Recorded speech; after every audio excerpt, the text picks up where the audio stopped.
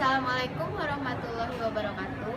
Wilujeng patepang jeung abdi Fadilah Sandra Maharani anu bade nepikeun warta Sunda nu judulna Mangle Mere Bekel ka para rumaja Sunda. Bulan Agustus kamari digelar pelatihan jeung pembekalan keur para anggota mitra.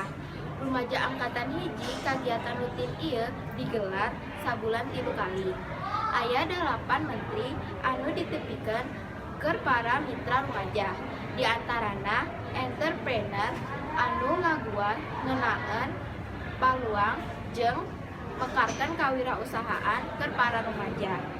Materi ieu ditepikeun ku Teh Mayang Arum Sunda. Nulis dina basa Sunda, acting, modeling, wawasan jeung budaya Sunda, jeung sabagaina. Ieu kagiatan teh kalintang pentingna keur para mitra rumaja. Utamana, ieu para nonomon teh sok diilukeun dina rupa-rupa kagiatan anu sifatna pasandiri. Kitu deui jeung mitra rumaja, saumpama milu dina pagelaran pasandiri atawa aya tawaran job di entertainment teh sahenteuna aya bekel atawa modal dasar dina wawasan jeung kamampuanana.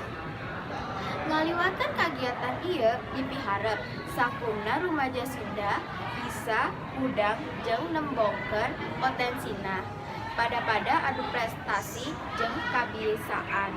Rumaja Sunda ulah kaseret ku budaya bangsa dengan sakitu wae warta nu tiasa kasanggakeun ku abdi.